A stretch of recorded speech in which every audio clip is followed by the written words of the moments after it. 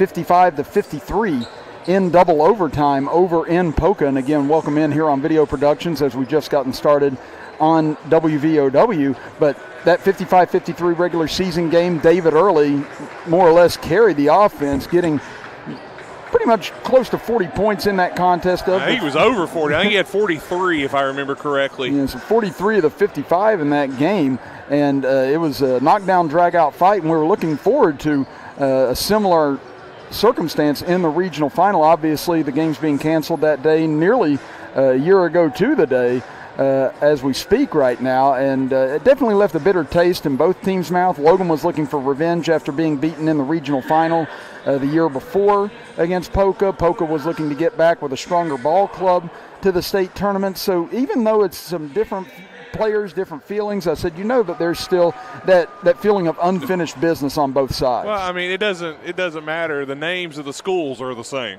Yeah. And that's what it comes down to. It's like, you grow up, as a West Virginia fan, you don't have too many Pitt fans in your family, if that makes any sense. So that's just the way it is. The name of the school stays the same while the personnel changes. And there's going to be it's going to be a hard-hitting game, Chris, I believe. And it's not to use a football term, but, it's going to be physical. And we're going to see both teams get after it. Both teams want to win this one for sure. This is, a big game that probably they've had circled on their schedule for quite some time.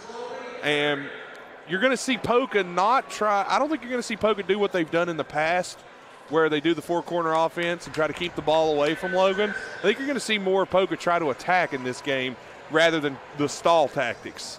And we'll see what happens there. Yeah, because you saw that in the regional final a couple of years ago where Poca did do the stall tactic. It worked. Oh, yeah, very effectively. Again, Logan didn't even score in the first quarter of that contest and definitely put them on the defensive for the rest of the ball game. But definitely a different Logan team and different Poca team now, as you're going to see Poca want to get out, run and gun more, get up and down. So I'm like you. I think we're going to see a high-scoring affair here tonight compared to maybe what we've seen in years past between these ball clubs, albeit they play very difficult defense. Yeah, you don't have a D1 prospect and tell him, hey, let's slow the game down a little bit. Yeah, exactly. You want him to get going. You want him to heat up. Yep, maybe Logan might take a little page out of Poca's book and try to slow it down, keep the ball away from Poca. Who knows? I mean, Zach Green's got a plan. You know he does. He got the good suit on tonight, so you know he means business. So I'm interested to see what happens here in this ball game. This should be a fun one, and we're only a couple minutes away from tip-off, so this should be a fun night here. And sit down and buckle up.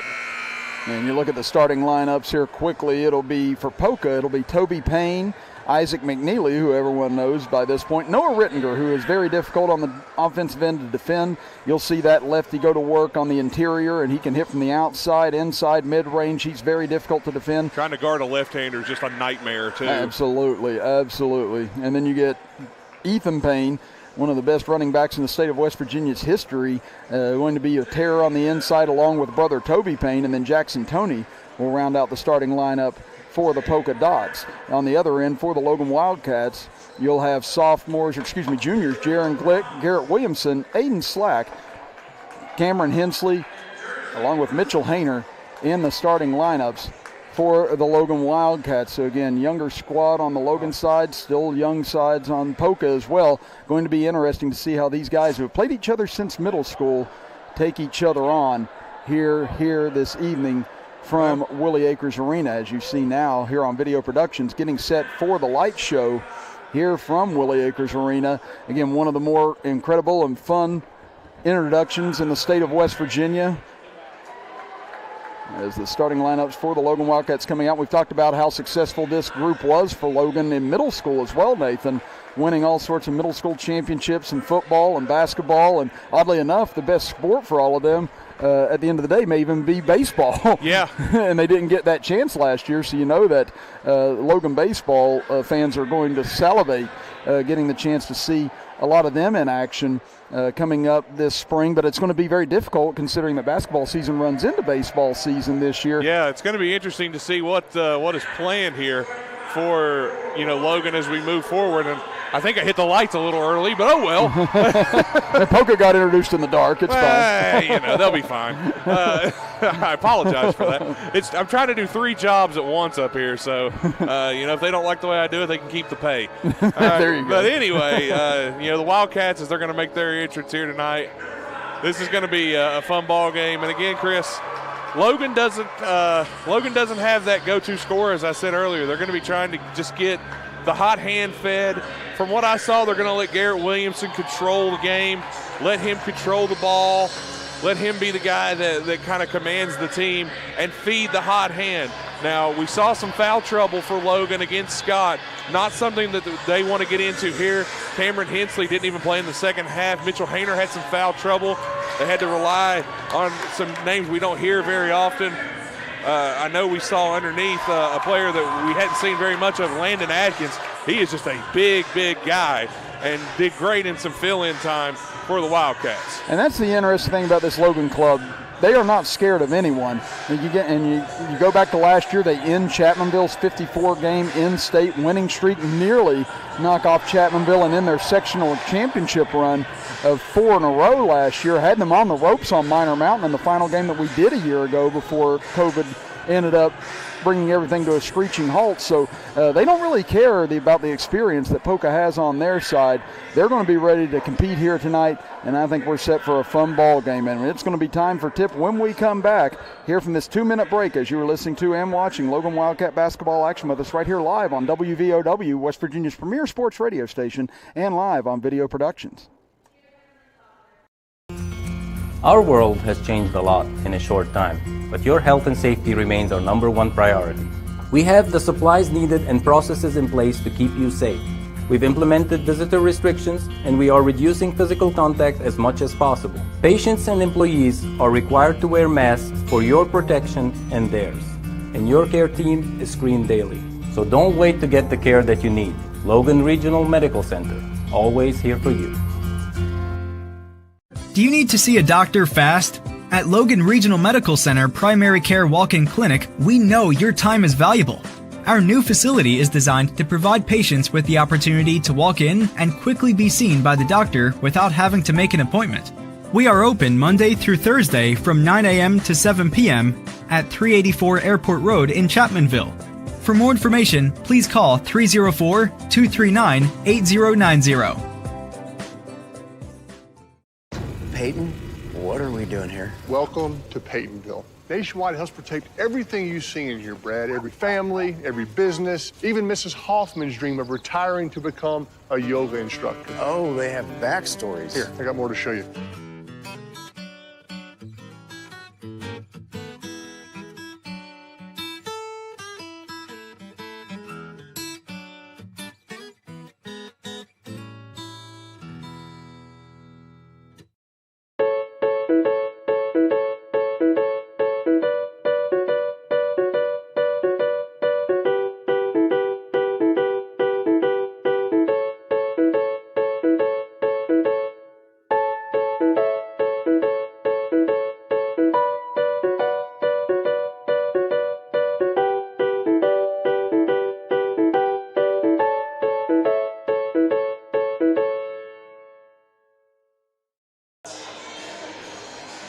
Welcome back, everyone. Chris Kidd and Nathan Bush here with you. It's time now for our Logan Regional Medical Center keys to the game. And Nathan, what do you see as the key tonight for the Wildcats? Wildcats need to limit turnovers tonight. They had a lot of turnovers at Scott, still had a nice lead, but they need to limit turnovers and they need to limit any kind of foul trouble that their bigs could get into tonight, and that's how they can win tonight. Those are your Logan Regional Medical Center keys to the game, and the key to your health care is with Logan Regional Medical Center, offering care for every stage of life from the Women's Center to pediatrics and the primary care physicians. Logan Regional Medical Center, always here for you. As Poca will have the opening possession. Again, no tip-off this season as they take it from the side as they are going right to left across your computer screen and radio dial. Logan left to right as they go down low immediately, trying to feed Ethan Payne. Can't finish on the turnaround as it falls out of bounds, and last touch by Poca over to Logan. You may hear me say this multiple times this season, Chris, but this no tip-off thing's about the dumbest thing I've ever seen in my life.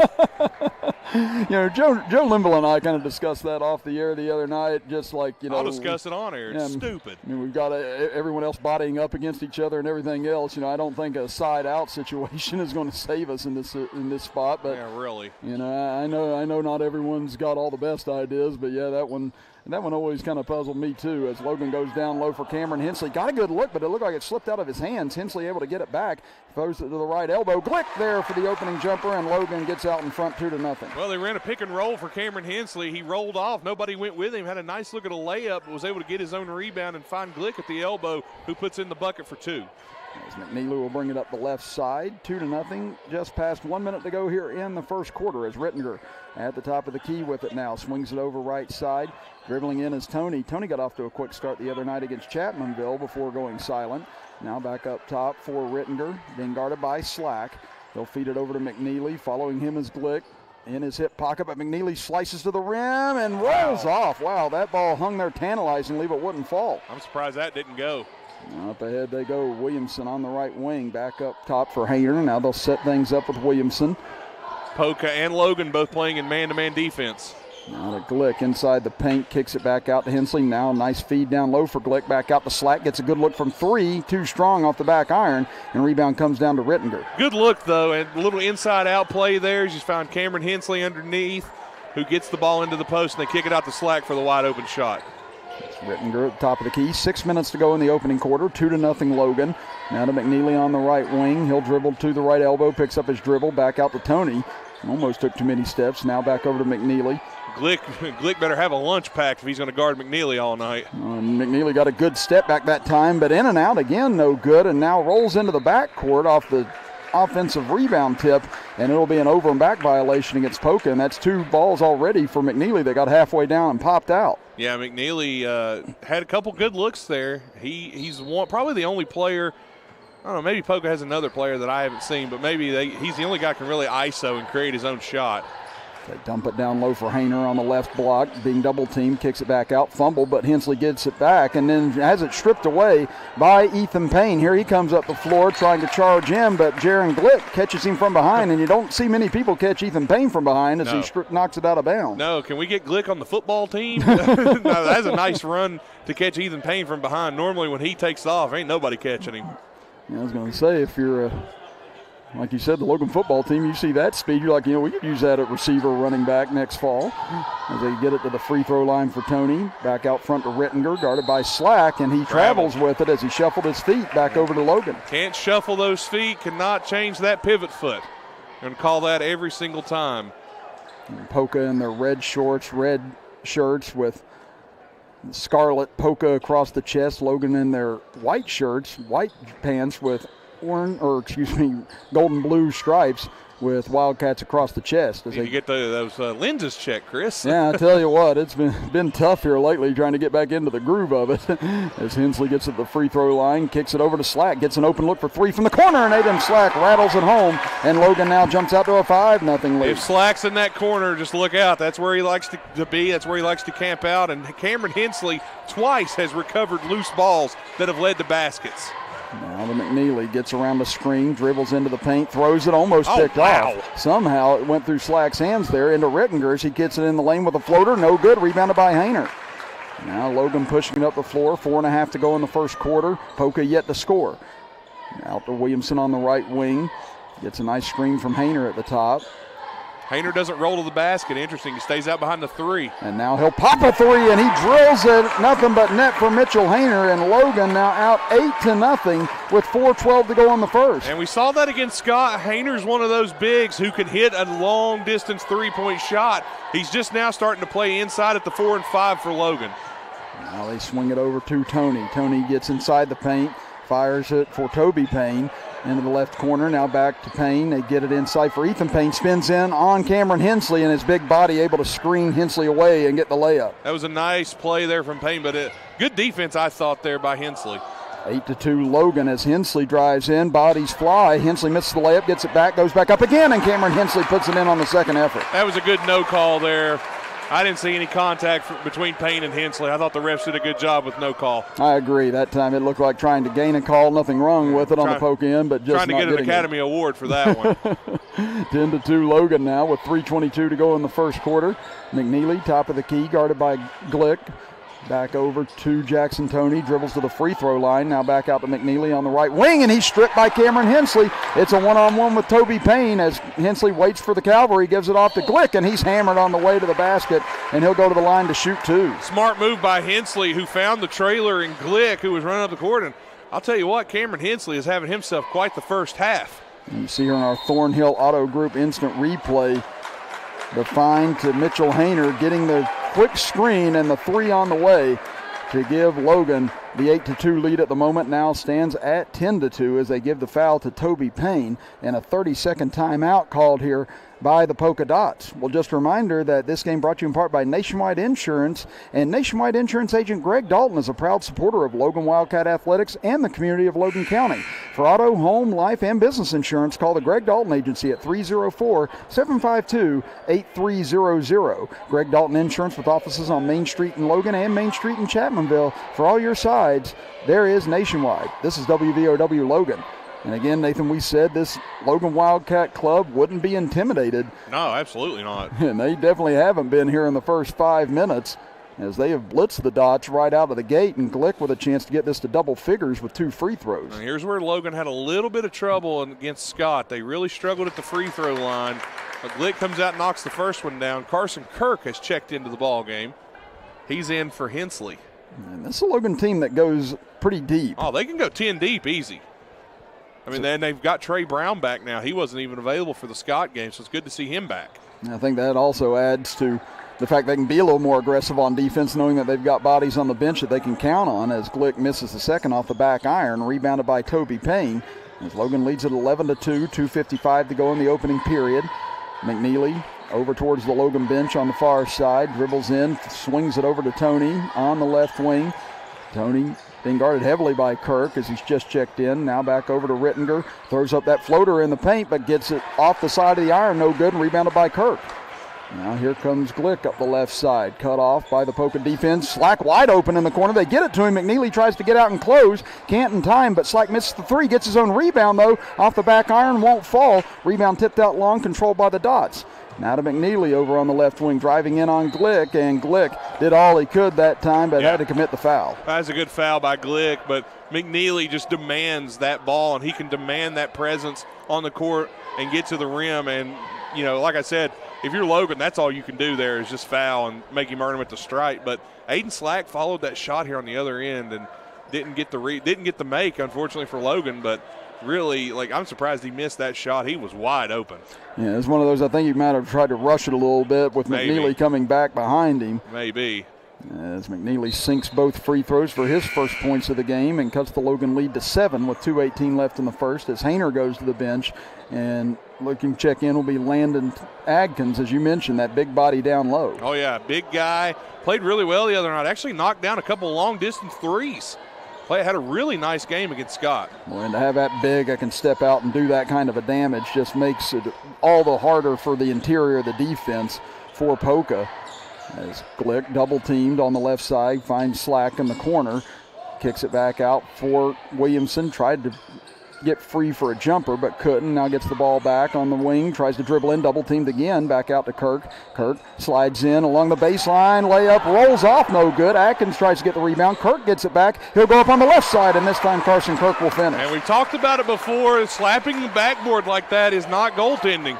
I know the crowd here was begging for a goaltend, but that's a legal play in high school basketball. You can do that. And we saw that at the end of the Chapmanville and Wyoming East game the other night, where Brad Napper was wanting that call when Wyoming East slapped the backboard but didn't get the call either. So a good thing we bring that to everyone's attention, as McNeely steps back and hits a 3. As good defense by Glick, but McNeely just that quick release. Well, off-ball screen got McNeely just a foot of separation, and that's all he needed to knock down that shot.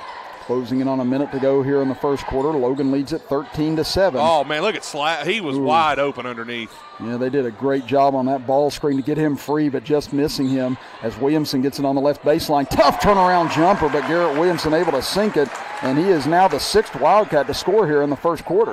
Balanced scoring is what this Logan team can do, and Garrett Williamson is one of the most unselfish players you'll see on the court.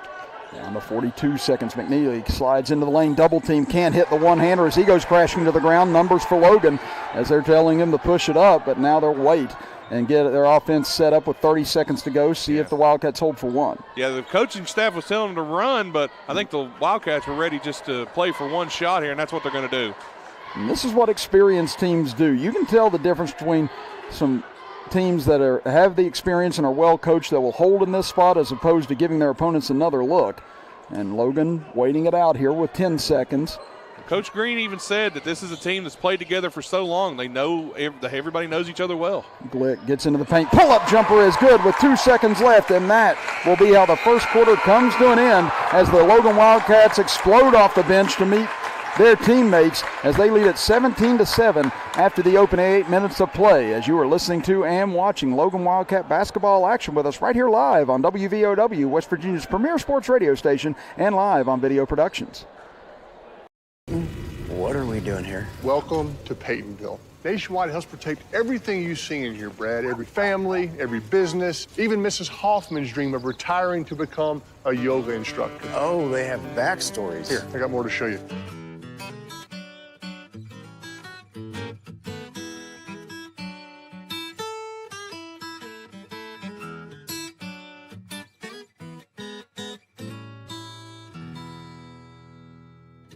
Kinzel Law Office is a local firm located at 36 Adams Street in Chapmanville. Rob Kinzel has been practicing law in Logan County for over 15 years and is dedicated to providing quality legal representation for personal injury, criminal defense, and family law for individuals and families throughout southern West Virginia.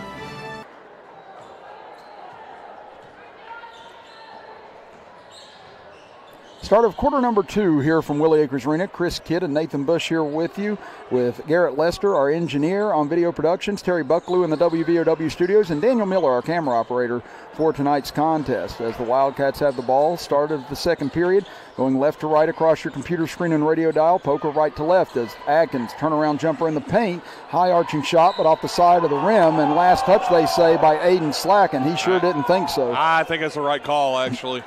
I think that was right. It looked like Slack went up to tip it and try to bring it down, and it just tipped it out of bounds. The referees made the right call. And this is a very experienced crew, by the way. Oh, yeah. Yeah, we've seen these guys in state tournaments, and in every big game it seems like we come across in the state of West Virginia. Yeah, they're there.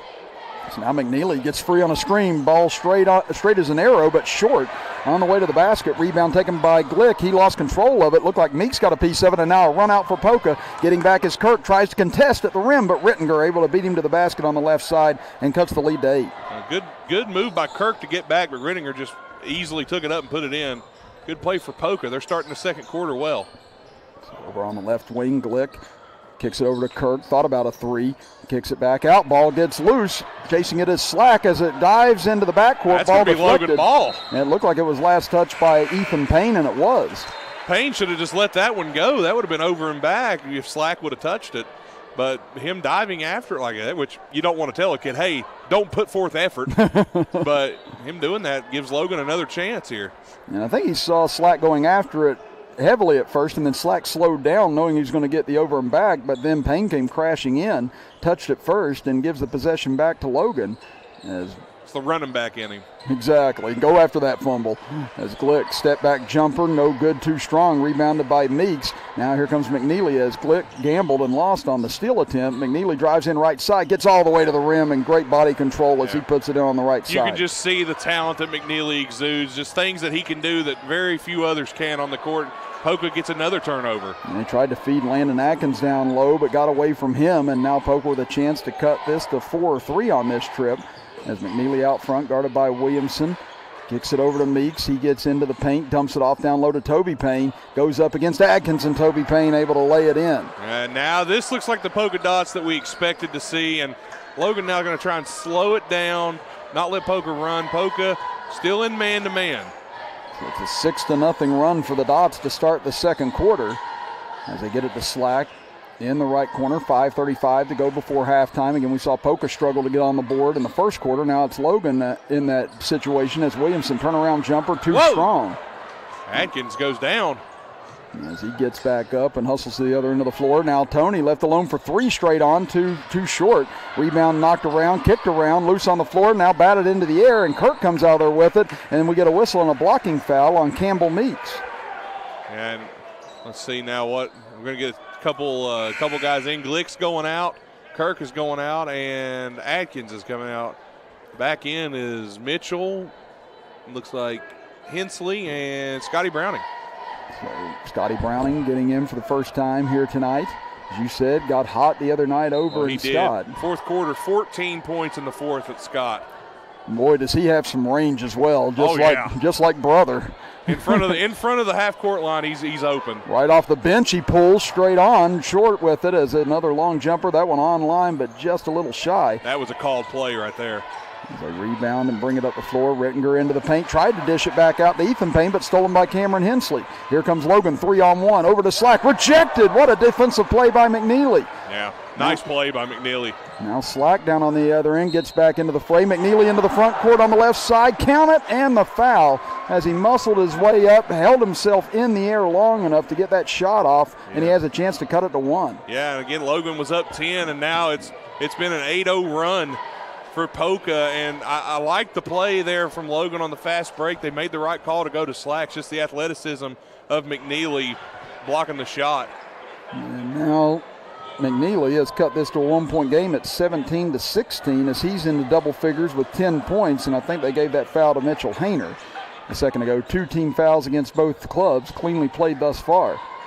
It's over left side for Williamson, 4.5 to go before halftime, 9-0 this quarter in favor of Poca. Now to Slack on the right wing, kicks it up top for Hayner. He'll drive in, cut off, kicks it out. Hensley gets a wide open look from 3, straight on but short, and rebounded by McNeely underneath. Hensley strips him from behind, but out of bounds off of Logan. And I like Cameron Hensley's motor though, Chris. Missed the shot, went after his own rebound, slaps the ball out of bounds, and still able to get back on defense there. I think Cameron Hensley, his energy's infectious. Yeah, if you've watched him in football season or basketball season over the last 3 years, you know what a tenacious defender and tough competitor he is. He plays with a lot of fire, and he doesn't give up on any play, and he's going to be someone Logan counts on throughout the year on this defensive end. Very vocal, too. Definitely. Very vocal. And I think that's what his teammates love about him. As Tony dribbles into the paint, kicks it back up top for Rittinger. Again, Rittinger just 2 points thus far in this contest. Hasn't been able to get himself going. Nice dish down low to Ethan Payne. Goes up strong and rolls off, but we're going to get a whistle and a blocking foul on Glick, it appears. I believe that's on Hayner. Oh, yeah, it's going to be Hayner, so that may be 2 on him now. If you see what Logan's doing on offense, they're playing man on McNeely, and they're switching really at every chance, but they're trying to keep Slack, Williamson, or Glick when they're in the game on him. Now, nobody underneath the rebound for Poca, much like against Chapmanville the other night, and Ethan Payne short on the first attempt, no good. Yeah, that's interesting. I'm seeing a lot more of that these days in high school basketball. No rebounders underneath, just, hey, if we miss it, you can have it. And again, Poca was 10 of 16 from the free throw line against Chapmanville the other night as Ethan Payne hits the second. Payne had 13 in that win over the Tigers as he evens things up at 17 apiece here in the second. So a 10-0 run here in the second quarter for Poca. Logan still yet to score here in the second period. 3.5 minutes to go before halftime. Glick into the left corner for Williamson. Back up top for Scotty Browning. Now to Hensley. He'll dribble to the right elbow and cut off over to Williamson. He thought about putting up a 3, but McNeely was right there. Now into the corner. Scotty Browning, 3 on the way, and there it is from Scotty Browning. Gotta watch him. That's what he does. He had a decent, it wasn't even that good of a look. It was a decent look, and he still drained it. And Alan Osborne just put his hands on his head after that, knowing that that's the shooter on the floor, and his club just lost him for a moment, and they paid the price. As down low they go, Ethan Payne able to get the layup as he got free on the right block. Yeah, Logan's, they're going to have to communicate a little better on those switches. If they're going to let Ethan Payne open like that, he's going to make you pay. Now back out Browning, another look from 3 as the crowd rises and they celebrate as Scotty Browning drains another, and Alan Osborne just disgusted on the Poca bench. Yeah, and Scotty had a little something to say for the man that was supposed to be guarding him. Oh boy, and you saw about a third of the crowd stand up as soon as he got the ball, knowing he was going to jack it. Takes you back to the Brett Sorrell days here at Logan High School. Oh, absolutely. Again, just such a pure shooter. Speaking of pure shooters, McNeely answers back from the left wing. God! As he pounds his chest heading the other way. What a shot by McNeely. Jeesh. Now Glick, he'll look to answer, goes for 3, almost banked it in, but off the mark. Rebound fought for, and Glick ends up committing the foul with 2:09 left in the half as we take a look here on our instant replay, brought to you by Logan Regional Medical Center on Video Productions. And Scotty Browning getting that quick trigger 3 off. Again, he doesn't need much room, doesn't need much time either. No, he doesn't at all. And again, something about those Brownings in the Logan uniforms. There's something about it. Wonder if Steve had that kind of outside touch back in the '83 championship season. We'll have to check with him. Ask him; he'll tell you, yeah. And that's all that matters right now.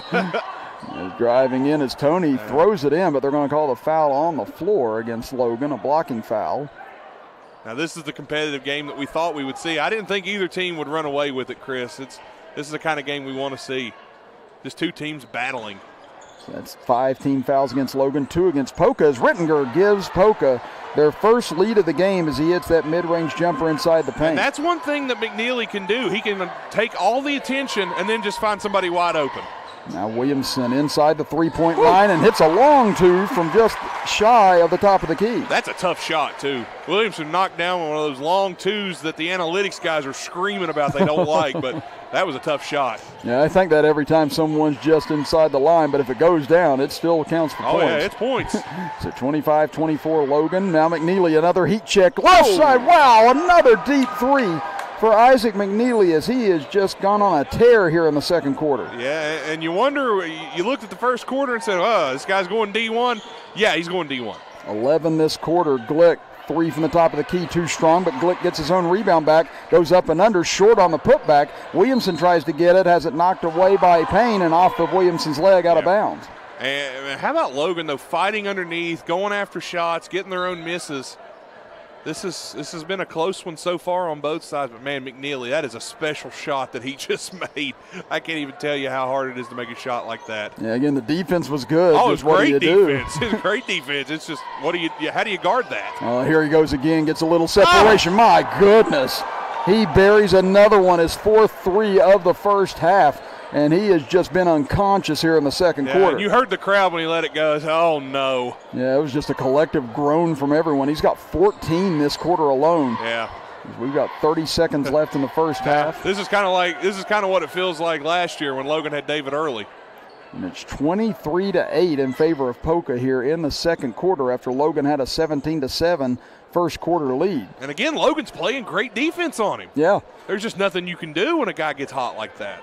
We're down to 8 seconds. Williamson to his left, back out to Browning. Nice nice jab step. fake. Gets a 3 off short. Rebounded by Poca with 2 seconds. Looking up ahead, they won't get a shot off as the half comes to a close with Poca in the lead at 30-25 as we head to the half. Nathan and I will step aside for a 2-minute break, and when we come back, we'll talk about the first half of action here from Willie Acres Arena as you are listening to and watching Logan Wildcat basketball action with us right here live on WVOW, West Virginia's premier sports radio station, and live on Video Productions.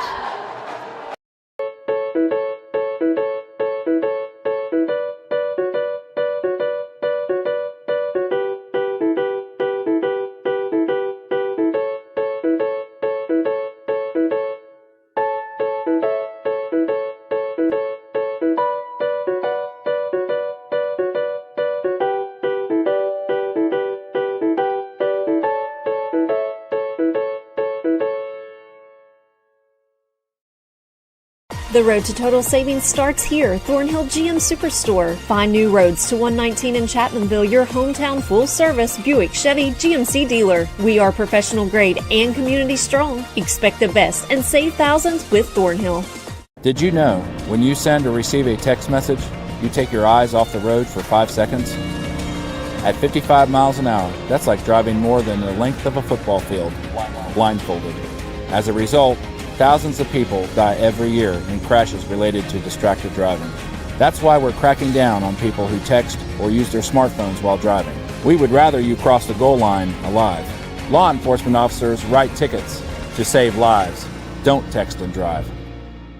Thornhill GM Superstore is your full-service Buick, Chevy, and GMC dealer. Go Thornhill and expect the best with total value, service, and pricing on your next ride. Home of the Thornhill 10120. You'll get total support with Thornhill GM Superstore. Peyton, what are we doing here? Welcome to Peytonville. Nationwide helps protect everything you see in here, Brad. Every family, every business, even Mrs. Hoffman's dream of retiring to become a yoga instructor. Oh, they have backstories. Here, I got more to show you.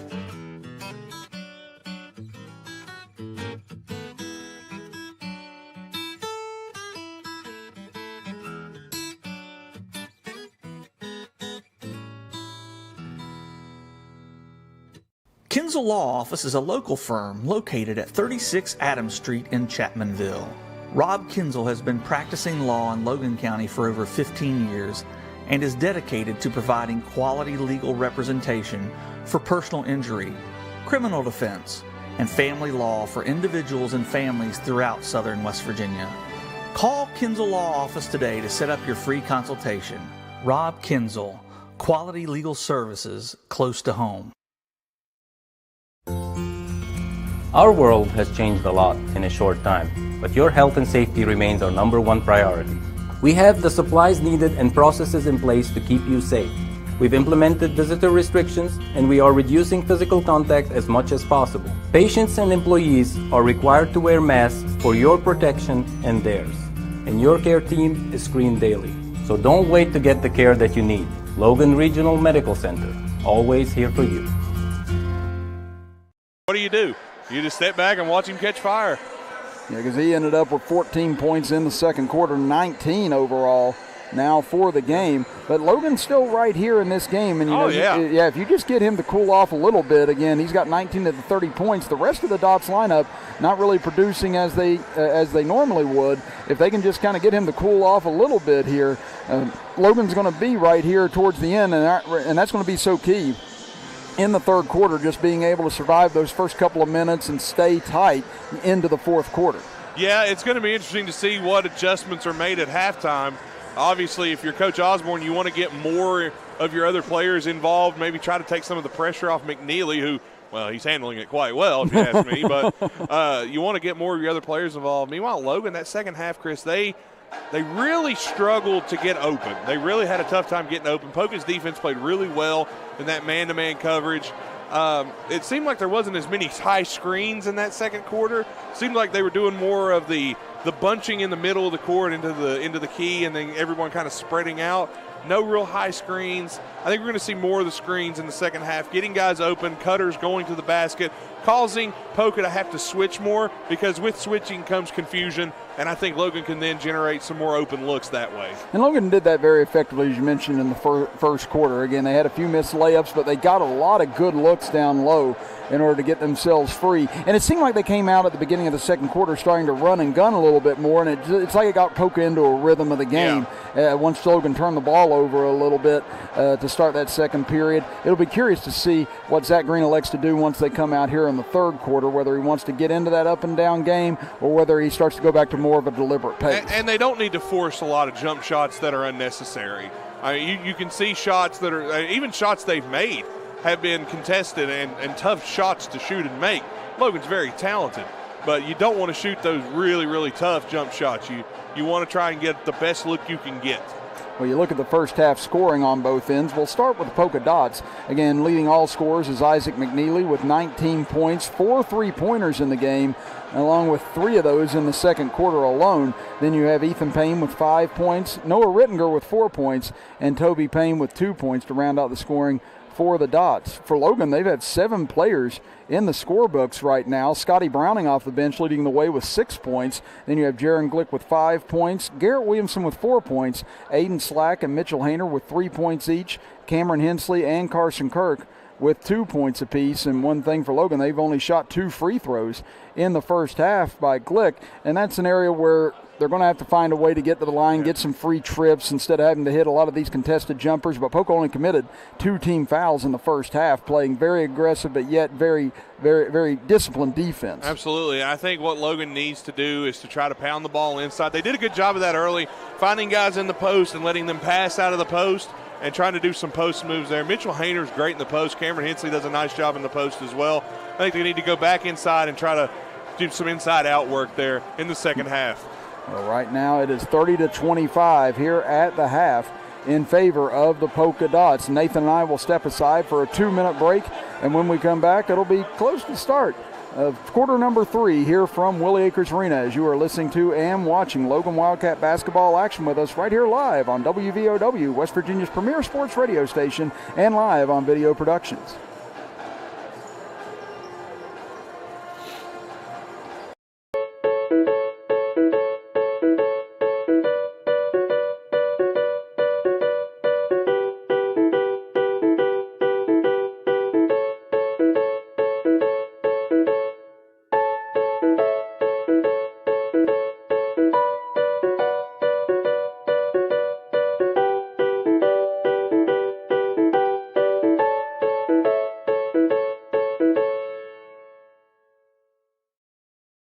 Thornhill GM Superstore is your full-service Buick, Chevy, and GMC dealer. Go Thornhill and expect the best with total value, service, and pricing on your next ride. Home of the Thornhill 10120, you'll get total support with Thornhill GM Superstore.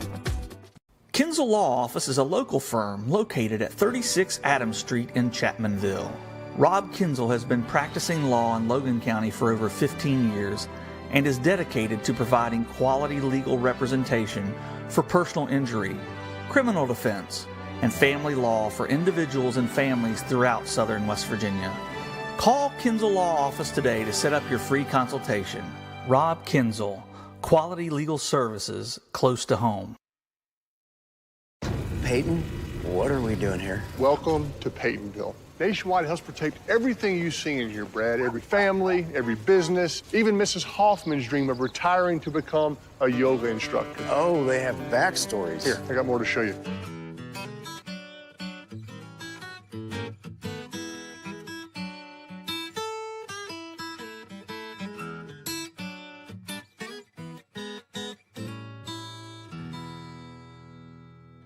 The road to total savings starts here, Thornhill GM Superstore. Find new roads to 119 in Chapmanville, your hometown full-service Buick, Chevy, GMC dealer. We are professional grade and community strong. Expect the best and save thousands with Thornhill. We're in the hotel at the state tournament watching that. Give it back. Welcome back, everybody. Chris Kidd and Nathan Bush here with you, with Garrett Lester, our engineer on video productions, with Terry Bucklew, our engineer in the WVOW studios, and Daniel Miller, our camera operator, for tonight's contest, as we got about 40 seconds before the beginning of the third quarter. Appears that Poca will get the ball to start quarter number 3, as they'll be going left to right, with Logan going right to left. Have we decided how they decide that now? I don't know if it's a coin flip or paper, rock, scissors or what they do before the game, but someone just gets decided that they're going to have the ball. Maybe it's visitor gets it. I'm not sure. I guess that's something we can check on before tomorrow night. Yeah, we'll be back tomorrow night, Chris and I, as the longest month in human history for us begins. No, I'm kidding. We love it. Yeah, I told Nathan, he's working long hours. I said, I'm teaching all day, going straight to tennis practice because we start up, right now as well, and then right to a basketball court right after that. So I just told my kids, I said, if I come in here and I'm grouchy, you'll know why, but I won't take it out on you. So it's going to be a fun but exhausting month, but we're looking forward to it. It's better to have it back than not at all, as Rittinger gets it to the right elbow, misses off the back iron as he takes the shot just about 15 seconds into the second half. Now Williamson charges up the right side, so he'll pull it back out and reset. Yeah, Logan came out in a box. It looked like a zone or a box one. I couldn't really tell. Williamson for 3. Oh, just off the side of the iron and then off the front of the iron as it rolled off, and McNeely grabs the board. So he'll push it up the right side. Glick still on him. We'll see if he picks up where he left off in the second quarter. We said 19 points. Yeah. Definitely going to run that box one right now. And they get it over into the corner for Tony. He'll put up a 3, no good, off the rim. Slack gets the rebound and throws it off of Payne and out of bounds over to the Wildcats. And that's really, I think, a great call by Coach Green to go box one on Isaiah McNeely, or Isaac McNeely, excuse me. Get that name wrong, Nathan. But it's a great call there to run that defense, and that's going to give his guys a chance. Wait till you get to Chapmanville tomorrow night, where you got a couple of Isaiahs, a couple of Isaacs. It's a lot of fun. Oh, I can't wait. As Williamson tried an entry pass that time, but goes off the foot of Rittinger, so it'll stay with the Wildcats. 6:53 to go in the third quarter. 30-25, Poca leads it. As Williamson will inbound underneath his own basket, gets it to Glick. Ooh, and that was close to up and down. But he gets it off to Williamson, and now stolen away by McNeely as he's in a foot race with Hensley, and Hensley just bodies him out of bounds, gave him a shoulder shove, and McNeely crashes to the ground, and he'll go to the line to shoot 2. I am actually very surprised they did not call that a flagrant. I agree. I thought that was coming. He didn't put a hand up or nothing, did Hensley. It looks like they are. Yeah. That's a right call. That's the right call, yeah. Right call. I mean, Hensley, you knew there was going to be contact there, but like you said, he just didn't go after the ball. I don't think he was trying to hurt him. I think he was trying to foul, but he didn't get a hand up, wasn't going for the ball, so they're going to call that a flagrant every time. As he hits the first free throw, he's now 20 points for the game, 4 of 4 from the free throw line, so he'll get a second free throw on the technical, and he'll bury that one as well. And now Poca will get the basketball. So largest lead of the game for Poca at 32-25. Logan's largest lead was but 10 at the end of the first quarter. And Logan's having a hard time right now, Chris, really just getting the shots to fall. They're getting decent looks. They just got to knock down the shots. Well, wide open underneath, but nice defense by Williamson. Now nice defense by Hayner as they stuff Ethan Payne twice to get it up the floor to Hensley. Hensley in the right corner. Now back up top for Williamson, swinging around to Glick. Nice ball fake. He'll drive baseline, but is cut off. Man, this Poca defense recovers so quickly. They do. Now back into the left corner for Glick. Glick tries to dribble in. They crash down on him, and he'll have to retreat back out. They swing it over to Williamson on the right side. They are able to get down on help side and get back out and cover their man so quick that they're not giving Logan any looks. It is. It's hard to try and find some freedom in an open look whenever they clamp down like this, as now Williamson takes a contested jumper from the left elbow. No good. Slapped down by Hayner as he tried to go over McNeely to grab it, but it goes out of bounds off of Logan. Yeah, and that was just great defense there by Poca. You just watch them, and they're able to stick in man-to-man. Again, I'm waiting on Logan to try some more of those high screens. I think that's the way to get this Poca defense out of their comfort zone. It's a 25-8 run for Poca ever since the end of the first quarter, as McNeely on the left wing gets inside and once again hit hard out of bounds, and they're going to call the foul on the floor. And he's now having his way getting to the rim and forcing the refs to blow the whistle. And he's getting fouled. So, I mean, obviously. Yeah, and obviously the toughness and the build of this kid, he's built to absorb a lot of this punishment. Yeah, just a junior, too. As he sinks the first free throw. He had 14 the other night in the win against Chapmanville. Again, you look at it, McNeely and Rittinger both had 14. Payne and Tony had 13. Toby Payne had 9. I mean, this team shares the ball, but whenever McNeely gets hot like this, you just give it to him and get out of his way as he hits both free throws. Yeah, and you're seeing the cream of the crop of Class AA this year in this Poca team. They're the odds-on favorites to take the state title this year. 34-25 as Glick takes a long jumper as he had a foot inside the line, but off the mark, no good. Rebounded by Poca as Rittinger pushes it up the left side, gets into the paint, navigates his way in, takes a tough angled layup with the offhand, no good, and out of bounds off of Poca. Here's the crazy part, Chris. Have you seen Poca sub any? I think Meeks, and that may be it that's come off the bench. They're going 6 guys, and they're playing pretty much the whole game that way. They don't sub. That's wild. And Campbell Meeks comes in and plays some ferocious defense. We saw against Chapmanville. Nice screen. There it was. And there's a hard foul on Hensley now. They could call that too. Yeah, Toby Payne just leveled him. Now Hensley's got to watch his temper. Yeah, you saw some. Yeah, there it is. Flagrant. Yeah, and that's the right call there too. Toby Payne did not make an attempt on the ball, and that was payback for the hit on Isaac McNeely, and you kind of sensed that was going to come if Hensley had an open opportunity. And you know what? Hensley did a good job staying calm there. Hensley's known to get a little fired up on the court, have a temper sometimes, but he did a good job keeping a level head and just, hey, he went to the line, he's going to shoot his free throws. And you saw the replay on video productions of the hit after the fact, and Hensley misses both free throw attempts, so missed opportunity there for Logan to try and cut into this 9-point deficit. Yeah, and that one's going to hurt. Definitely needed those. But the high screen got Hensley that open lane, which led to the foul, Chris. That was a good play there. Again, only 8 points for Logan ever since the end of the first quarter, so they've gone 11 minutes and only been able to put up 8, 2 of those on Scotty Browning three-pointers. So again, this tough Poca defense is just clamped down. And they've yet to score this half.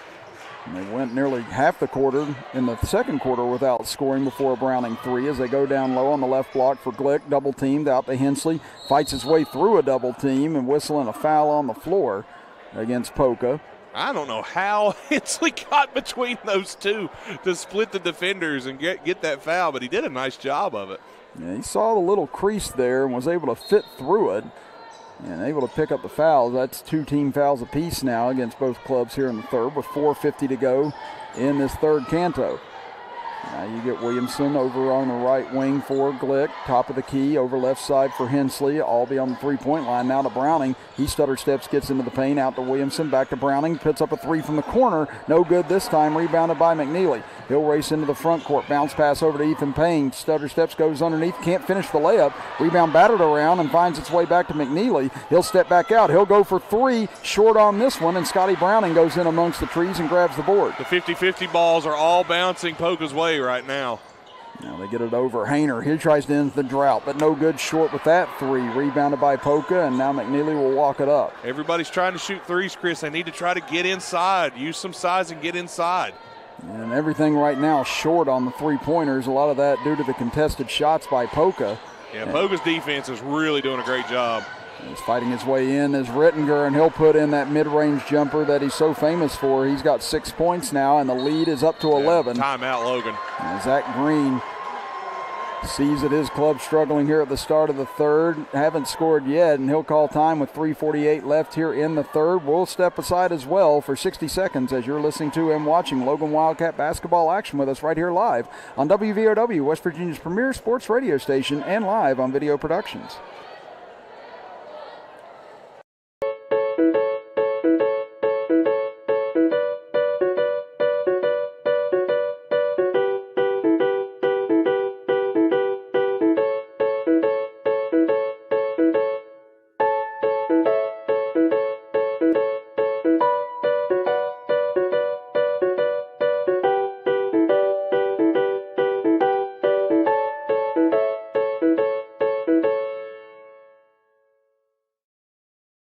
Do you need to see a doctor fast? At Logan Regional Medical Center Primary Care Walk-In Clinic, we know your time is valuable. Our new facility is designed to provide patients with the opportunity to walk in and quickly be seen by the doctor without having to make an appointment. We are open Monday through Thursday from 9 a.m. to 7 p.m. at 384 Airport Road in Chapmanville.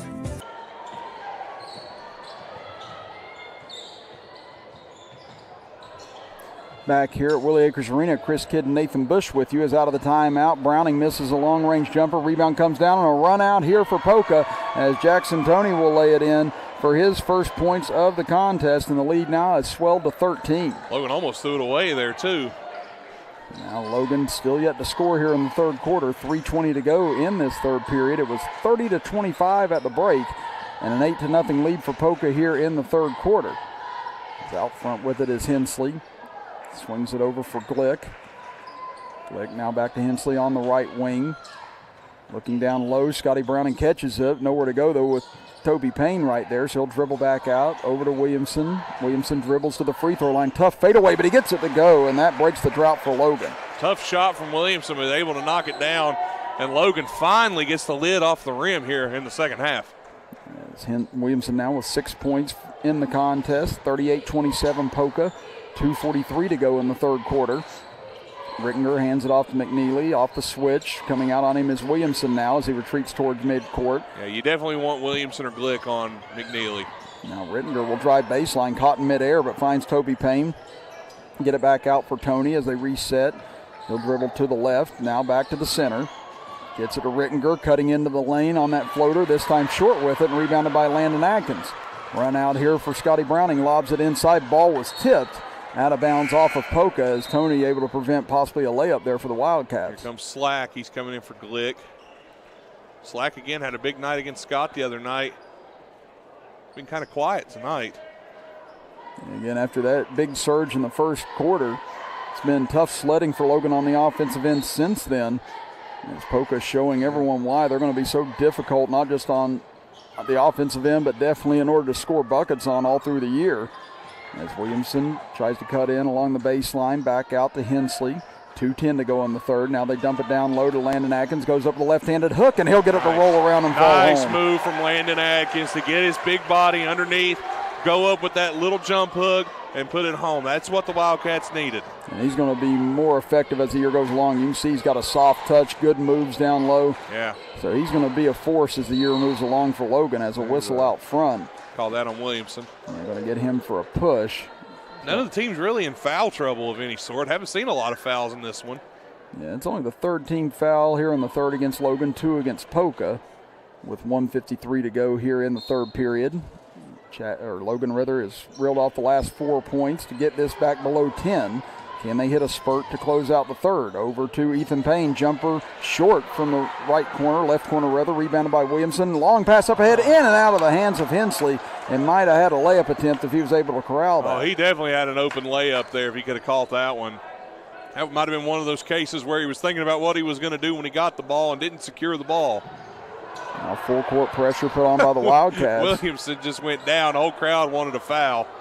Now Rittinger will break the pressure into the front court over to McNeely. Gets free. Baseline jumper on the way. Short on that attempt and rebounded by Slack. So he is human. I was going to say, he's cooled off from the field. He's hit 4 free throws this quarter, but yet to nail a field goal. He's got 23 for the game.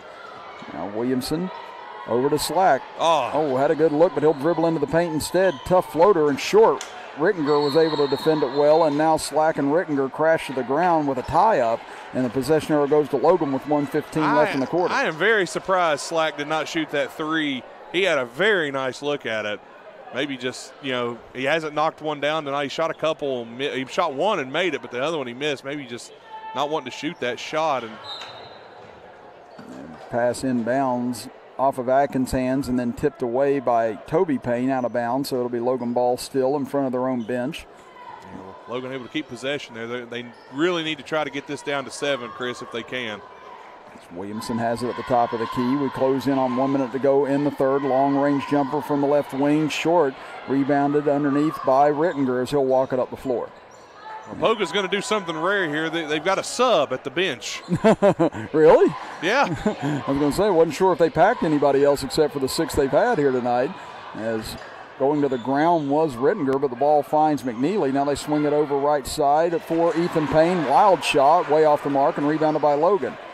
40 seconds to go in the third. Hensley. Oh, look at Browning. Underneath, they find Landon Atkins. He goes up, and the ball volleyballed off of the score clock after it was hit by Poca, and it'll be a foul against the Dots. Atkins going to the line. He can cut this one down to 7, but, man, Scotty Browning was as open could get in the corner. And honestly, against this Poca defense, it almost feels like a mirage anytime someone is that open. Honestly, it really does. But the high screens, Chris, they've really been working those high screens, and that's been helping a lot. Atkins buries the first free throw. He's got 3 points for the game, all of those this quarter. Kirk back in, checks in for Browning. And he was effective whenever he came in on the defensive end there early in the first quarter. He's a high motor guy. We've seen him in football, really fast, gets back, battles, contests shots. Not contends, I meant contest, but he contests shots, does a good job. Second free throw, rattles around and falls home. So after Logan fell behind by 13, they scored the last 6 to bring this back to a 7-point game. Now the press is on. 36.8 seconds left in the third, and it's picked off by Hensley. He's on the right side looking for help. Finds Slack cutting in. Had it stripped, but gets it back. Back out to Hensley. Steps inside the right corner. Now gets it out to Williamson. Gets inside over to Atkins. Spins into the middle. Hook shot on the way. Off the iron, no good. Rebound fought for. We get a whistle and a tie-up, and the possession arrow to Poca. Tell you what, say what you will, but Atkins is a battler underneath. I mean, he is battling hard and ties the ball up. I like the shot he took there. Nice spin move to get to the hoop. Just rattled out, but, man, he's really contesting. Now 20.4 seconds to go in the third. Pass to McNeely. They get it up ahead for Ethan Payne. Back is Hensley trying to contend. Foul, count it, and 1 for Ethan Payne as he was able to muscle his way up on that right side and a chance to put this back to a double-digit lead. Yeah, and Payne got there, used that big body to get up in the air and just kind of bumped Hensley out of the way. Just said, you know what, I'm going to throw it off the glass, and knocks it down. As he hits the free throw as well, Ethan Payne now with 8 points for the game, and it's 41-31 in favor of Poca. As Logan lets the ball roll up the floor as Williamson picks it up shy of half court. Down to 11 seconds. Now to Hensley on the left elbow. Looking, surveys. Now finds Williamson, gets a great look from the top of the key. No good short. Rebound comes down to Wolf, gets it up ahead. It'll be a half-court heave at the horn. No good off the side of the rim for Campbell Meeks, and that will bring us to the end of quarter number 3 with Poca extending their lead as they take a 10-point edge into quarter number 4. You're listening to and watching Logan Wildcat basketball action with us right here live on WVOW, West Virginia's premier sports radio station, and live on Video Productions. Total savings starts here. Thornhill GM Superstore. Find new roads to 119 in Chapmanville, your hometown full-service Buick Chevy GMC dealer. We are professional grade and community strong. Expect the best and save thousands with Thornhill. Accidents, illness, heart attacks, strokes. When an emergency strikes, count on Logan Regional Medical Center. We're here providing emergency care 24/7, including the higher levels of emergency heart care found in our accredited chest pain center, and our enhanced cleaning, mask requirements, and social distancing to help keep you safe. Emergency care at Logan Regional Medical Center. When minutes matter, count on us. Always here for you, Thornhill GM Superstore. Expect the best, get even more with our new Thornhill Value Plus warranty. 10 years, 150,000-mile limited powertrain warranty on most all vehicles. Get in on all the savings. Follow us on Facebook, Instagram, and ThornhillGMSuperstore.com. As we start quarter number 4, Aiden Slack, a 3 from the left corner, rattles in and out, no good, and then a loose ball foul against the Wildcats as it'll give it back over to the Dots, leading it 41-31 here from Willie Acres Arena. Chris Kidd and Nathan Bush here with you as Poca works it up against the pressure, able to beat it as Tony gets it over to Meeks. Thought about a 3 but lost control of it, now gets it back, drives in as he is blocked by Hensley. Hensley, wow, what a save behind his back. Was a nice save from Cameron Hensley. And Logan able to control the ball. Let's see if they can build some momentum off of that. Into the corner for Slack. Again, Logan just 14 points after scoring 17 in the first quarter against this vaunted Poca defense. Logan cannot afford to take too much time here. They've got to score and score in a hurry. Get it to Hensley. He drives in left side. A lot of momentum heading to the basket and couldn't get the finish that time. Just had a big head of steam and just couldn't find the touch. Looks like Logan's going to put pressure on the ball. As Tony gets it back out to McNeely as we're a minute deep into the fourth quarter. Slack now guarding. They come over to double team, and McNeely gets rid of it to Tony. Poca looks like they're content just to run the clock. Now driving in, and nice floater there by Jackson Tony as he's able to get it to go. He's got 4 points and the lead back to a dozen. It's Williamson leaves it for Hensley. At the top of the key, over to Kirk now on the wing. Back to Hensley, drives in, and a blocking foul going to be called on Campbell Meeks. Meeks was not happy about that call. And that'll be on the floor. So it'll stay with Logan with 6:27 to go in the fourth quarter. As Jaron Glick will check in at the next whistle. Up top for Hensley. Now to Williamson off a screen. He'll go for 3, in and out, no good. The second 3 to rattle out on Logan here in the fourth. And Logan's threes have done everything but go through the hoop in the second half, it seems like. Now pass from McNeely, deflected out of bounds by Slack as he was trying to hit Wolf, cutting to the rim. Good hustle play from Aiden Slack to knock that out of bounds. And Trey Brown, Scotty Browning, Jaron Glick have all checked in. If that's not your three-point lineup, I don't know what is. I was ready to say, this is definitely your outside shooting crew. Yeah. Logan going to sacrifice some size to try and get some points on the board, and it pays dividends right here with Browning with a steal. Up ahead, drives in, goes up and under, fouled on the way to the basket, and Browning will go to the line to shoot 2. Well, that's one way to do it, Chris, is to score while the clock is stopped. And so again, Scotty Browning has not just got it done on the offensive end with a couple of threes, he's done it on the defensive end a few times tonight as well, as Alan Osborne wants a 30-second timeout. So we'll stay here with 6:04 left in the fourth quarter and Poca leading it 43-31. Just a reminder, this game brought to you in part by Nationwide Insurance, and Nationwide Insurance agent Greg Dalton is a proud supporter of Logan Wildcat Athletics and the community of Logan County. For auto, home, life, and business insurance, call the Greg Dalton Agency at 304-752-8300. Greg Dalton Insurance with offices on Main Street in Logan and Main Street in Chapmanville. For all your sides, there is Nationwide. This is WVOW Logan. So again, Nathan, 6:04 remaining on the clock, and what has been tough sledding on the offensive end for Logan. As we said, only 14 points since that first quarter. What do the Wildcats got to find here? We've seen what they can do if they can get decent looks, and that's what they've got to find here, Chris. Now, easier said than done against this Poca defense, obviously.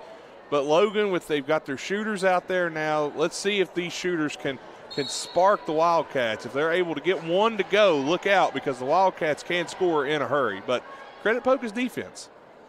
Browning misses off the back iron, no good on the first free throw. Free throws have been really tough for Logan this year. They're 3 of 7 now from the line tonight, make it 4 of 8 as Browning splits the pair. You don't want to be 50% at the free throw line. You just don't. Yeah, especially in games like this against opponents like this. You have to capitalize on every opportunity you get. And right now Logan trails it by 11 with under 6 minutes to play as Meeks triple teamed at midcourt but able to find Tony somehow out of that scrum. Now Tony up against Browning, spins in, gives it off to Ethan Payne against a double team, and a charge called on Ethan Payne. Oh, and Alan Osborne is not happy. And I think he's upset with Ethan Payne. He is. I thought he was yelling at the officials. He was mad at Payne. As I said, Alan Osborne, he doesn't care how big you are or how tough you are. He's going to let you know he's a little bit tougher in that situation, so he definitely got on to Ethan Payne. I think he was mad because Payne tried to go score. I think he just wants to run the clock. 5:40 to play. Glick fights his way into the paint and gets it to roll around and fall home, and that'll immediately get Toby Payne off the bench for the Polka Dots as Glick with 7 points now. And that was a nice take by Glick. 43-34 Polka, 5:25 to play. Logan led by as much as 10. Polka's led by as much as 13 in this contest. Logan's pressure's done a good job. There's a turnover. And Neely is stripped by Glick, drives in, left-handed layup, rolls off, puts it back up, and Glick able to finish this time. And Osborne's mad, you could tell, because there was nobody back for Poca even trying to challenge. Now he's over yelling at one of his assistant coaches, and now a 5-second call against Poca. And that's going to give Logan a chance to cut this to a 2-possession lead with 5:02 to go. I told you all the Wildcats needed was a spark, and they seem to have gotten it with Jared Glick's 2 quick buckets and great pressure defense. So plenty of time now for the Wildcats. Getting this down to 7. Could hear this place erupt if they get a bucket here. Now to Brown. Gets it out front for Slack. Over to Browning on the left wing. Back up top for Glick. Interesting spacing the Wildcats are running there. Brown's going to chuck one from the bench nearly off the front rim twice and wouldn't go. I thought he had it. I thought it rolled in on the second time. Yeah, just missed lipping in that second time. And Poca with the board. Tony into the paint, kicks it back up top for McNeely. It's Logan giving chase. McNeely now underneath the paint, wide open, and he'll get the layup to go. That was a good play from Poca there. Here comes Logan trying to get it back down to 7. Browning, he'll launch a 3 from the left side, and he'll hit it. Oh, what a launch from Scotty Browning. He's into double figures with 10. That's 3 3-pointers. My goodness, he shot that from Wendy's. 45-39 now. Poca leads it, 4:10 to go in this contest. Can Logan's pressure unnerve Poca here? We got a whistle and a foul on Browning. It's a block. That's a right call. Yeah, Tony backed into him. Crowd really wanted that to be a charge, but that was definitely a block. That is now 16 fouls against both clubs. Somebody said somebody was terrible. Well, we'll just say he was talking to Chris Kidd. Well, he wouldn't be the first one to say it, not even today for that matter. As Meeks skips it cross court for Tony, guarded by Browning. Again, both teams will be in the 1-and-1 on the next foul. Meeks gets it in the left corner. Now Payne finds an opening, kicks it back out. They're just trying to play keep away now. Our Poca and Logan's defense has got to put some pressure out there. And they are trying to foul, it appears, and they do foul Jackson Tony with 3:39 to go. Here's the problem with Poca. Everybody's a good foul shooter. Yeah, that's going to be the issue. I don't think they've missed a foul shot tonight. Actually, they did miss one. Ethan Payne missed one in the second quarter, so let's see. 3, 7, 8, 9 for 10 from the line. My quick math underway. And now Tony will actually shoot his first free throws of the night, so maybe Logan searching out, obviously anyone but Isaac McNeely to go shoot these free throws. So big 1-and-1 here, and Tony sinks the first without any problem.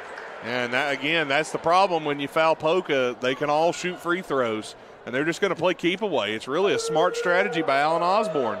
Second free throw good as well, and the lead back to 8. And again, they've got so many good ball handlers, and we've seen them do this effectively against Logan before. So this is something they definitely work on. Alan Osborne doesn't care if he's got to win in a shootout or in a grinder. And right now he's trying to do that here as Brown goes for 3, and Trey Brown able to knock it down. Big shot. The lead now down to 5 all of a sudden as pressure in the backcourt. McNeely able to break it across midcourt. Down to 3:20 to go, spins away from pressure. No look pass to Payne, and Toby Payne lays it in, count it, and the foul on Garrett Williamson. Yeah, and that hurts.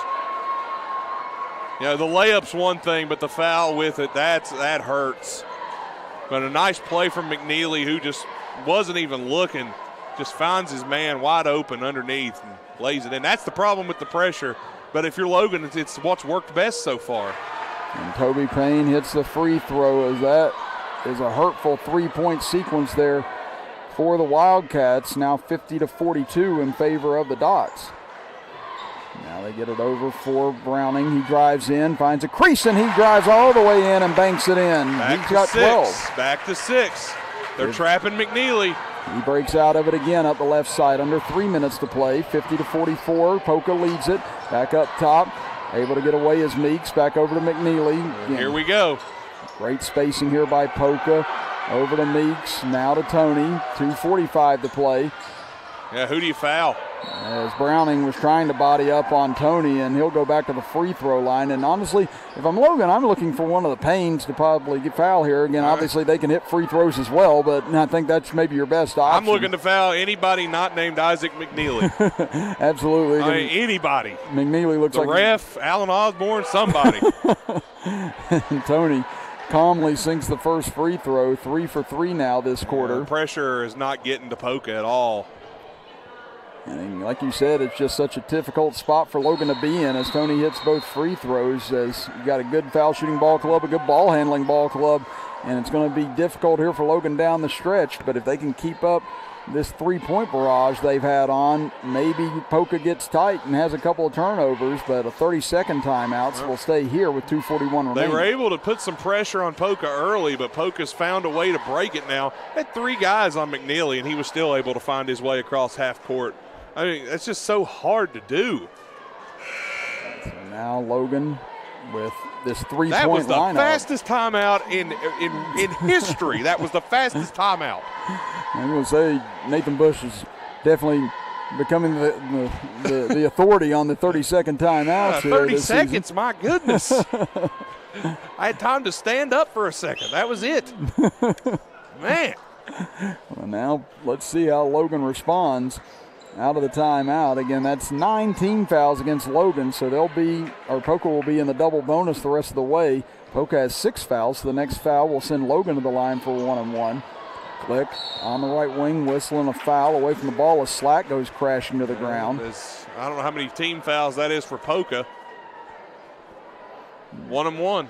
And Alan Osborne not happy with that either, as that gives Logan a chance to cut into this lead with the clock stopped. But as you said, Logan has been on the opposite end of the free throw shooting spectrum tonight. They're 4 for 8, as well as Poca has only missed 1 free throw all evening. Slack has 3 points on the night and misses the 1-and-1. Free throws. Logan has left free throws at the line tonight, and it has hurt. McNeely crosses midcourt, double team, being guarded heavily, in trouble, and he'll call a timeout with 2:25 remaining. Smart play by McNeely. And there's the buzzer. We're back. No, I'm kidding. But that was a smart play by McNeely to call the timeout there. And that'll be another 30-second timeout. That's a full timeout. Okay, they had nothing but full timeouts, so we'll take it as well. Back in 60 seconds as you're listening to and watching Logan Wildcat basketball action right here live on WVOW. Regrets. If only she'd parked in a garage. If only they had the chimney cleaned. If only they had Erie Insurance. Erie is seriously good insurance that treats you fairly and goes above and beyond to make you feel like your auto or home mishap never happened, at rates that'll save you as much as the other guys. So get a quote from Erie today. Because whatever your regrets in life, your insurance company shouldn't be one of them. Little General Stores knows West Virginia, but what some may not know is what LG is doing in your communities. And I'm here to tell you how Little General, with the strength of their 100+ stores, is helping to enrich lives and empower families in West Virginia. Like the Norma May Huggins Cancer Research Endowment Fund, which is fighting to cure cancer every day right here in West Virginia. Locally owned and operated, LG has always been there and always will be. Little General Stores, committed to West Virginians. Boom!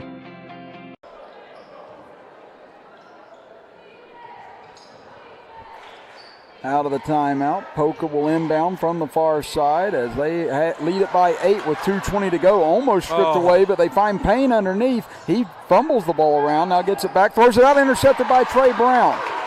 Brown Up ahead to Slack on the left wing. Thought about a three but didn't pull, and he seems a bit gun shy here tonight. You get it back over to Scotty Browning. He'll go for three off the side of the rim, no good, and rebounded by Toby Payne. Scotty Browning has never been gun shy. Yeah, again, he got a good look there and ended up missing it off the side, and Logan quickly fouls Toby Payne with 1:57 to go. We're going to have the foul game now, Chris. We've already had it. We're going to see it now, though. A lot of fouls, and Logan hoping for misses here. And again, Poca's just not been obliging as far as that goes. They've only missed one free throw here this evening. And whoever missed it's probably doing laps on Monday. Well, Ethan Payne will be ready for that. Again, he seems like he's almost in about as good a shape as you and I are. Round is a shape. Yeah, I agree. I definitely agree.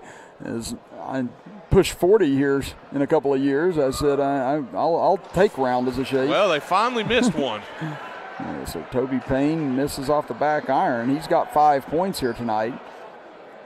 Had completed that three-point play earlier this quarter, and this one rattles around and falls through. If you're Logan, you'll take that.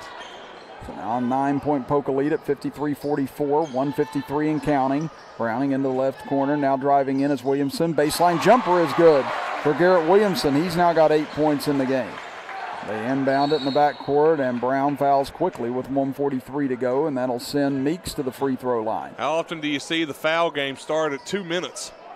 I'll tell you, the one that I remember the most was state tournament around 2009 or 10, I believe. Yeah. When Logan basically fouled the entire fourth quarter against Wyoming. I remember that. It worked, too. They got back in the game. And I'll tell you, that fourth quarter, I think it literally took over an hour, that fourth quarter, as Meeks misses the first. But obviously, state semifinals, you're going to pull out every stop you can to try and get back into the game. Poca goes 1 of 2 at the line again. So that pushes the lead to 8 now with 1:42 to go. As Glick on the left wing finds a crease, gets in the lane, lost it on the way in, gets it back, tries to go up and has it taken away by Tony. Tony across the timeline, he'll slow down now, wait on help, and he'll be fouled from behind with 1:29 to go. I think Glick was trying to find, I don't know who he had in the corner. I didn't get a chance to see it. He either had Williamson or he had Slack, it looked like in the corner, waiting to shoot, and just lost the handle. Now Jackson Tony 4 for 4 from the free throw line all this quarter, make it 5 for 5. Yeah, again, the foul game we're playing now. And second free throw pushes the lead back into double digits at 56-46. As Williamson waits to cross midcourt, and I'll pick it up. As he drives over to the baseline, pull-up jumper, misses off the front iron, rebounded by Toby Payne over to McNeely. And Logan still not wanting to foul him. No, you don't want to foul him. And he's content to hang on to it. They throw 3 men at him. Now they throw it over to Tony. But again, Tony 6 of 6 this quarter. Able to break through a double team over to Toby Payne. Looking to foul him. Tries to throw it up front. Almost had it stripped, but Jackson Tony gets it. Closing in on a minute to go. Tony gets it back to Toby Payne. Now back up front. You got to foul now. As McNeely gets the ball back, and Slack will foul him with 59.4 seconds remaining. Felt like Logan was trying to foul sooner. They just weren't able to do it. We'll see what they do here, but McNeely at the line. And he's got 4 points in the second half, all of them from the free throw line, make it 5 as he's got 24 for the game. Again, that 14-point second quarter is what was so devastating to Logan in this game. I heard something there. What was that? He had a whistle as McNeely was getting ready to shoot his second free throw, but must have been a distraction noise or something like that. He moved off the block. Oh, okay. There was movement off the block. Okay, thank you for that. Well, it must have worked because McNeely misses the second. Do that every time. So 57-46 Poca, 52 seconds left. Brown pump fakes, gets over to the left, pulls up for a three, no good off the front iron, and Aiden Slack commits another foul with 47 seconds to go as some of the Logan faithful start to head to the exits. As Logan will drop their first contest of the season, Poca will remain undefeated here in this matchup of top 10 teams in separate classes. Again, used to be both in AA, Logan now back to AAA, but both these teams definitely look like they could be on their way to Charleston in a month or so. Absolutely, and if you're Logan, this is a good test for you because a lot of people will say, Poca's one of the best teams in the state, and honestly, I'll believe it. Logan played a really good game tonight, Chris. I think they can have nothing to hang their heads about. Poca's defense just showed up and played wonderful.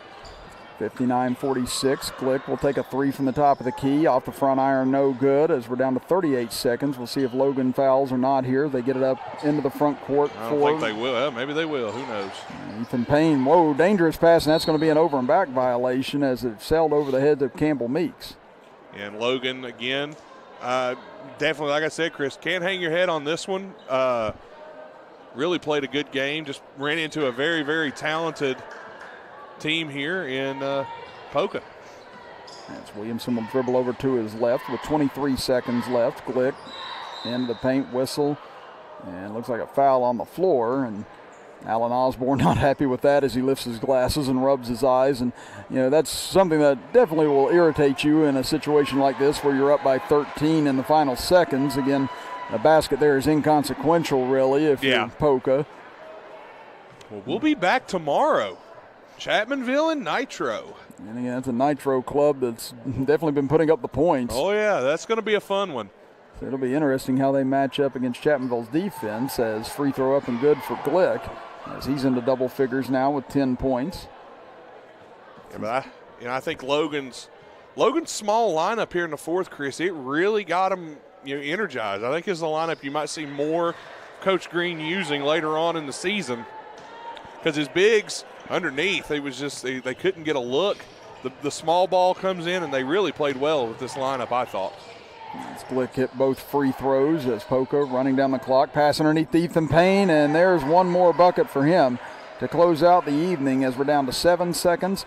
Up ahead to Trey Brown. He'll launch a deep three from the left side, too strong, and that will do it here tonight from Willie Acres Arena, as the Polka Dots, #1 in Class AA, come in and knock off their old regional foes, the Logan Wildcats, 61-48. Nathan and I will step aside for a 2-minute break, and when we come back, we'll break down all of tonight's action here from Willie Acres Arena, as you are listening to and watching Logan Wildcat basketball action with us right here live on WVOW, West Virginia's premier sports radio station, and live on Video Productions. Our world has changed a lot in a short time, but your health and safety remains our #1 priority. We have the supplies needed and processes in place to keep you safe.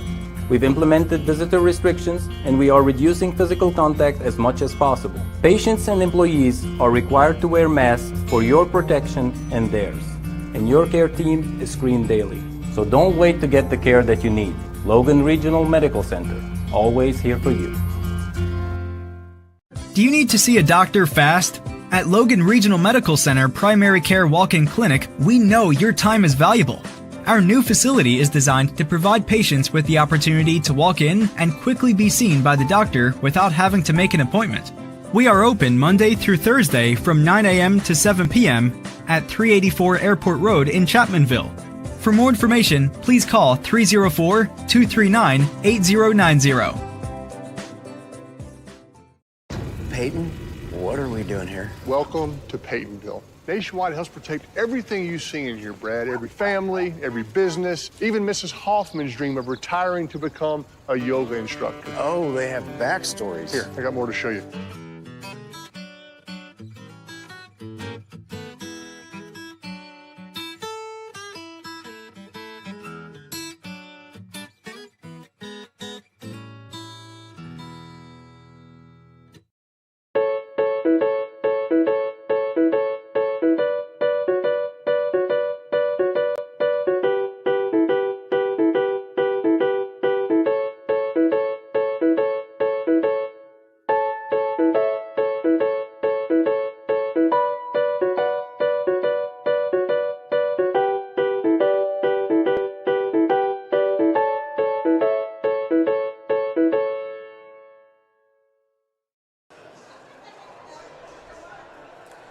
(61-48), the Logan Wildcats fall tonight to the Polka Dots here from Willie Acres Arena. Chris Kidd and Nathan Bush here with you. And again, Nathan, it was a great first quarter for the Wildcats, jumped out 17-7, and then the 23-8 second quarter for Poca gave them the advantage. Had the lead swell to 10. Logan was able to get it down to a 2-possession game in the fourth quarter on several occasions, but again, the free throw shooting along with the ball handling by Poca in the fourth quarter and that experience, just able to get themselves enough distance in the fourth quarter to run away with this at the end. Yeah, the defense really was the big thing for Poca. Their defense played a fantastic ball game, Chris. thought their defense really stepped up and made the correct adjustments against Logan in that second quarter and beyond. Logan's small ball lineup kind of got him back in it there towards the end of the game, but I thought Logan played a very good game overall. This is a game that they should not be upset. This is just one of those games where it's you look at it and you say, hey, we had a chance against arguably one of the best teams in the state. They had a chance, but just didn't bounce their way tonight. Free throws were an issue. I think the 50-50 balls pretty much all went Poca's way, and Poca really played 6 guys, and they all played tremendous and didn't miss free throws, where Logan, again, left a few at the line. And I think just, again, that defense was just crippling for the Wildcats. Yeah, again, 17 points in the first quarter, only had 14 points in the second and third, albeit able to get going a little bit in the fourth quarter with that smaller lineup, but just a little too late. And as you mentioned on the free throws, Logan was 6 of 11 from the free throw line. Poca 21 of 25 from the charity stripe overall tonight. Sounds like that Oklahoma State-West Virginia game a little bit there. It's just, a team that can make that many free throws and get that many attempts, more than likely is going to win the game. That's just what it comes down to. But again, I thought Logan played well. They gave Alan Osborne some headaches there in that one, you could tell. But Isaac McNeely, my goodness, what a player that he is. That second quarter was thing will bring that to everyone's attention as McNeely. What he could do. And here you'll see it on video productions. Just these aren't easy shots and easy defensive plays that he's making. It's just watch what he does and how he can just hang in the air and just look at that separation. Bam, just knocks it down. That's a mark of a great player, and not many players in the world can do that. Again, even with the defender there, again, able to set his feet, get a little bit of that fadeaway in whenever he needs to, and even on the one where you had a defender in his face, still just stepped right into it and shot over top of him and able to nail another for the evening. And it was that second quarter where he just caught fire and absolutely took over the game and finished the game with a game-high 24 points. So let's run through the final scoring on both sides. Again, Isaac McNeely led all scorers with 24 points. Ethan Payne and Jackson Toney with 12 points apiece. Toby Payne and Noah Rittinger with 6 points. And Campbell Meeks rounding out the scoring with 1 point for the Dots. On the other end for Logan, they were led by Scotty Browning with 12 points off the bench. Jaron Glick with 11 points. Garrett Williamson with 8 points. Then you have Landon Atkins with 4 points, Aiden Slack and Mitchell Hayner with 3 points, along with Trey Brown with 3 points, and Cameron Hensley and Carson Kirk with 2 points apiece for the Wildcats here tonight as they fall 61-48. We'll step aside for our final 2-minute break, and when we come back, we'll preview our next broadcast coming to you in less than 24 hours from Danny Gobby Gymnasium in Chapmanville as the Chapmanville Tigers get set to take on the Nitro Wildcats. We are the Iron Men of West Virginia broadcasting. And don't you forget it. That's right. You're listening and watching the Logan Wildcat basketball action with us right here live on WVOW, West Virginia's premier sports radio station, and live on Video Productions.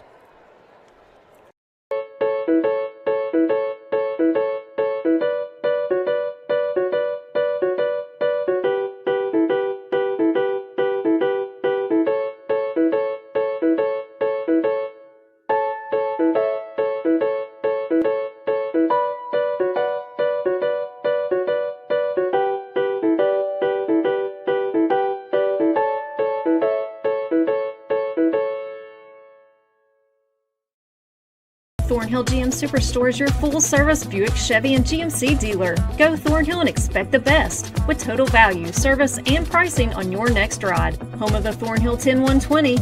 You'll get total support with Thornhill GM Superstore. Kinzel Law Office is a local firm located at 36 Adams Street in Chapmanville. Rob Kinzel has been practicing law in Logan County for over 15 years and is dedicated to providing quality legal representation for personal injury, criminal defense, and family law for individuals and families throughout southern West Virginia. Call Kinzel Law Office today to set up your free consultation. Rob Kinzel, quality legal services close to home. Peyton, what are we doing here? Welcome to Peytonville. Nationwide helps protect everything you see in here, Brad. Every family, every business, even Mrs. Hoffman's dream of retiring to become a yoga instructor. Oh, they have backstories. Here, I got more to show you.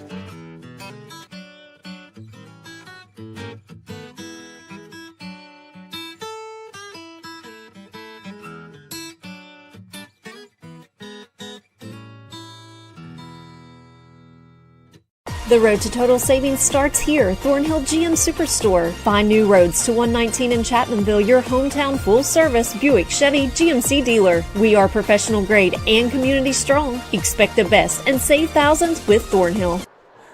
Back here at Willie Acres Arena, Chris Kidd and Nathan Bush with you, with Garrett Lester, our engineer, and Daniel Miller, our camera operator tonight here on Video Productions, and Terry Bucklew back in the WVOW studios engineering for us this evening as well. Final thoughts here with the Logan Wildcats. Again, we've got a short season on hand overall compared to what we usually get. It's a race to the finish line, but obviously Logan be able to make some adjustments, come back next week, and looking to still be a very strong opponent in AAA this year, and a lot of people still feeling like going to be someone that has a very good chance to get to Charleston. Oh, absolutely. I think you saw two teams tonight that both have a great chance to get to Charleston.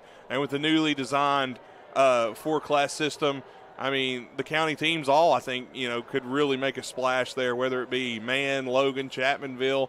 I mean, it's hard to say. We'll see who gets there.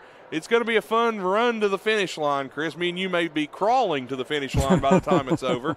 But if we can get there, man, it's going to be a good time. And then tomorrow night we continue on our journey as we head back down the 4-lane to get to Chapmanville, and they will take on the Nitro Wildcats, who have just been filling it up. Yeah. In the first couple of games, scored 92 against Ripley in that win, and then put up a ton. Colton Painter had 20-some points in the second half against this Poca team whenever they played. So that's a Nitro club that they say, hey, don't just write Poca's name on the championship trophy just yet. We've got a lot of strong players here. Joseph Udo as well. I mean, he had 27 against Ripley. I mean, going to be a very tough matchup for the young Chapmanville Tigers. Class AA, even after the reclassification, Class AA is still a battle. Yeah. I mean, AAA's rough, single A's rough. I mean, I'm sure 4A's rough, but, man, it's going to be a battle, and especially in that Region 4. Like, that's just a murderer's row when it comes to regional basketball. So I'm looking forward to it. Chapmanville tomorrow.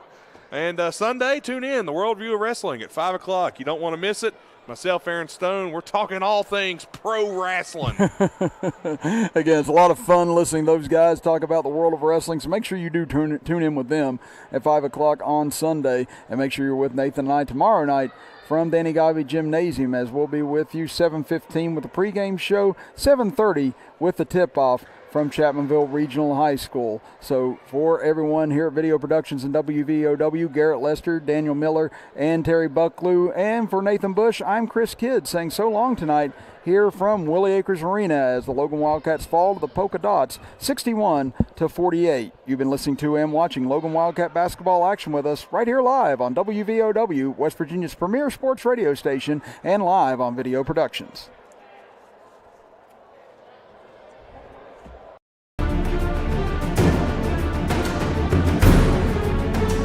Chicken sandwich from Wendy's. It's pretty.